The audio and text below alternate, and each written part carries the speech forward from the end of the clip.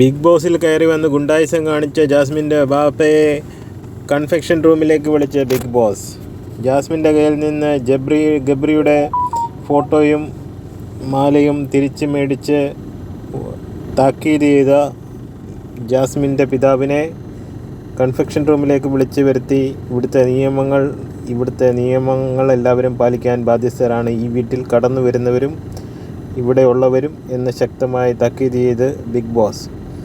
അവസാനം എഴുന്നേറ്റ് പോകുന്നതിന് മുമ്പ് ആ ഫോട്ടോയും മാലയും അവിടെ വെപ്പിച്ചിട്ടാണ് ജാസ്മിൻ്റെ പിതാവിനെ ഇറക്കി വിട്ടത്.